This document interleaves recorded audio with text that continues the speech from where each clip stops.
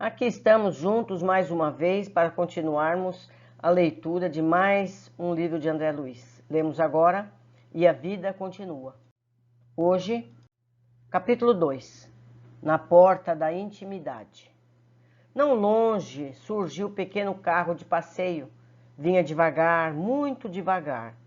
Vendo o animal que se aproximava a passo lento, o cavalheiro disse à dama: "Compreendo-lhe a necessidade de repouso, mas se aceita uma excursão pelas termas?" "Agradeço", respondeu, "contudo não posso. Refazimento é agora a minha maior terapêutica. Efetivamente, nosso caso não comporta sacudidelas. A pequena viatura passou rente, sossegado retiro. Os dois perceberam a razão da marcha amorosa. O veículo fora decerto acidentado e mostrava uma roda partida, avançando dificilmente. Enquanto isso, o jovem baleeiro, a pé, guiava o animal com extremado carinho, deixando-o quase livre. Era um tipo de carruagem. A senhora Serpa e o improvisado amigo seguiram-nos com o olhar até que desaparecessem na esquina próxima. Em seguida, Fantine fixou um grande sorriso e enunciou muito calmo: "Senhora Serpa." Ela, porém, cortou-lhe a frase com outro sorriso franco e corrigiu jovial: "Chame-me Evelina. Creio que, sendo nós irmãos de uma doença rara, temos direito à estima espontânea." "Muito bem", acentuou o interlocutor e aduziu: "Doravante sou também apenas Ernesto para a senhora." Ele deixou cair a mão descorada no encosto do banco enorme e prosseguiu: "Dona Evelina, a senhora já leu algo de espiritualismo?" "Não, pois quero dizer-lhe que a charrete, ainda agora sob nossa observação, me fez lembrar certos apontamentos que esquadrinhei nos meus estudos de ontem. O interessante escritor, que venho compulsando numa definição que ele mesmo considera superficial, compreende a criatura humana como um ternário, semelhante ao carro, ao cavalo e ao condutor, os três juntos em serviço." "Como pode ser isso?" interrompeu Evelina, sublinhando a palavra de surpresa e gracejando com o olhar. "O carro equivale ao corpo físico. O animal pode ser comparado ao corpo espiritual, modelador, sustentador dos fenômenos que nos garantem a existência física. E o cocheiro simboliza, em suma, o nosso próprio espírito, isto é, nós mesmos, no governo mental da vida que nos é própria. O carro avariado, qual o que vimos aqui, recorda um corpo doente. Quando um veículo assim se faz de todo imprestável, o condutor abandona-o à sucata da natureza e prossegue em serviço, montando consequentemente o animal para continuarem ambos no curso de sua viagem para adiante. Isso ocorreria de maneira natural na morte ou na desencarnação.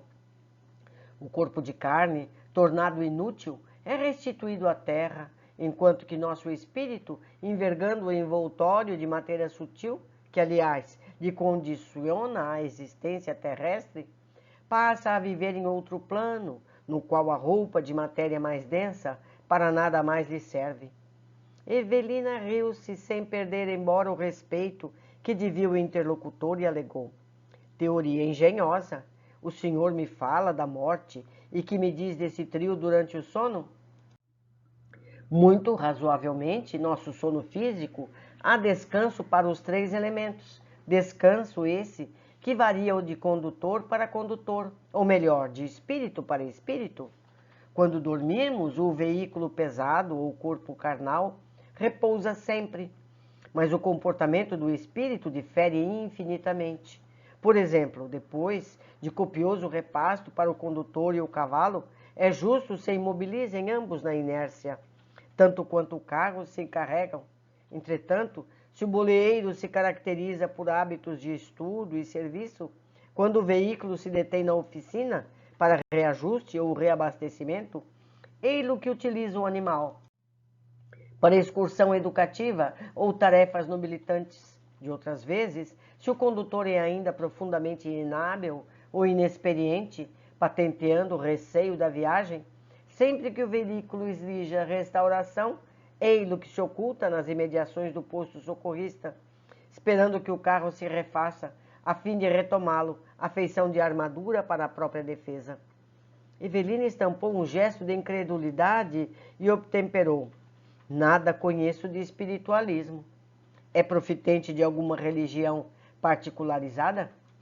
Sim, sou católica, sem fanatismo, mas francamente determinada a viver segundo os preceitos de minha fé. Pratico as instruções dos sacerdotes, crendo neles. A senhora deve ser louvada por isso. Toda convicção pura é respeitável. Invejo-lhe a confiança perfeita. Não é religioso o senhor? Quisera ser. Sou um procurador da verdade, livre atirador no campo das ideias. E lê espiritualismo por desfastio? Por desfastio? Oh, não. Leio por necessidade. Dona Evelina, a senhora esqueceu? Estamos na bica de uma cirurgia que nos pode ser fatal. Nossas malas talvez estejam prontas para uma longa excursão, da qual ninguém volta. Quem pode saber? Entendo, ajuntou a dama, sorrindo. Estuda espiritualismo, a maneira do viajante que espia a conhecer o dinheiro, a língua, os costumes e as modas do país estrangeiro que tenciona visitar. Informações resumidas, cursos rápidos. Não nego, tenho tido mais tempo ao meu dispor e desse tempo faço hoje os investimentos que posso nos domínios de tudo o que se relacione com as ciências da alma, principalmente com aquilo que se refira à sobrevivência, comunicação com os espíritos, supostos habitantes de outras esferas. E o senhor já encontrou a prova de semelhante intercâmbio? Conseguiu mensagens diretas com algum de seus mortos queridos? Ainda não. Isso acaso não lhe desencoraja a busca? De modo algum. Prefiro as minhas crenças tranquilas, a confiança, sem dúvida, a oração sem tortura mental. Será uma bênção o seu estado íntimo e acato. Com todo o meu coração, a sua felicidade religiosa. No entanto, se houver uma outra vida, à nossa espera e se a indagação aparecer em sua alma, como pode falar desse modo, se ainda não obteve a suspirada demonstração da sobrevivência? Não me é possível descrer do critério dos sábios e das pessoas de elevado caráter que a tiveram. Bem, explicou Evelina bem-humorada, o senhor estará com seus pesquisadores e eu ficarei com meus santos. Não faço qualquer objeção quanto à excelência de seus advogados, revidou Fantini no mesmo tom. Mas não consigo furtar-me à sede de estudo. Antes da moléstia, reconhecia-me seguro na vida, comandava os acontecimentos, nem sabia ao menos da existência deste ou daquele órgão no meu corpo. Entretanto, um tumor na suprarrenal não é uma pedra no sapato. Tem qualquer coisa de um fantasma, anunciando contratempos e obrigando-me a pensar, raciocinar, discernir? Tem medo da morte? Chasqueou a moça com fina verve. Não tanto. E a senhora? Bem, eu não desejo morrer. Tenho meus pais, meu esposo, meus amigos. Adoro a vida, mas, se Deus determinar a extinção dos meus dias, estarei conformada. Porventura não tem problemas? Nunca sofreu a influência dos males que nos atormentam o dia a dia? Não diga que vai examinar a consciência. Já tenho que dar contas de mim mesma aos confessores. E rindo-se desembaraçadamente, reforçou. Admito os males que outros nos façam como parcelas do resgate de nossos pecados perante Deus. No entanto, os males que fazemos são golpes que desferimos contra nós mesmos. Supondo assim, procuro preservar-me, isto é, reconheço que não devo ferir a ninguém. Em razão disso, busco, na confissão, um contraveneno que, de tempos em tempos, me imunize, evitando a explosão de minhas próprias tendências inferiores. Admirável que uma inteligência qual a sua se acomode com tanto gosto à sinceridade e à confissão. Certamente preciso saber com que sacerdote me desinibo. Não quero comprar o céu com atitudes calculadas, e sim agir em oposição aos defeitos que carrego, e por isso não seria correto abrir o coração diante de quem não me possa entender e nem ajudar. Compreendo. Retomando o trato íntimo à base de respeitosa confiança, a senhora Serpa considerou. Acredite que também eu, antes da enfermidade, tenho vivido mais cuidadosa, até mesmo na véspera da minha vinda para cá, harmonizei-me com os deveres religiosos, confessei-me, e das inquietações que confiei ao meu velho diretor, posso dizer-lhe a maior.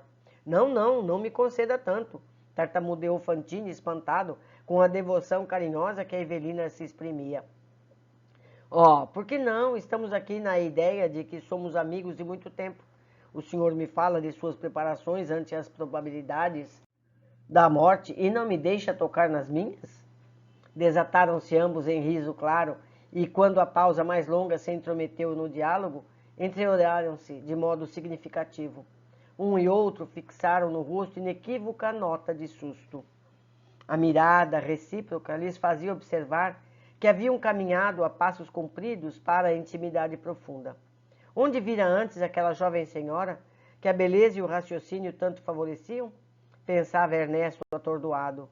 Em que lugar teria encontrado alguma vez aquele cavalheiro maduro e inteligente que tão bem conjugava simpatia e compreensão? Refletia a senhora Serpa, incapaz de esconder o agradável assombro que a dominava.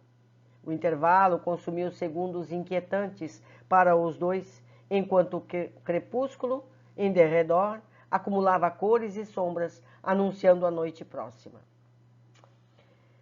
Aqui ficamos, meus amigos, sem observações nesse capítulo tão singelo. Deixo aqui meu e-mail, meu contato e aguardo pelos comentários de vocês para que possamos aprender juntos. Um grande abraço e até a próxima.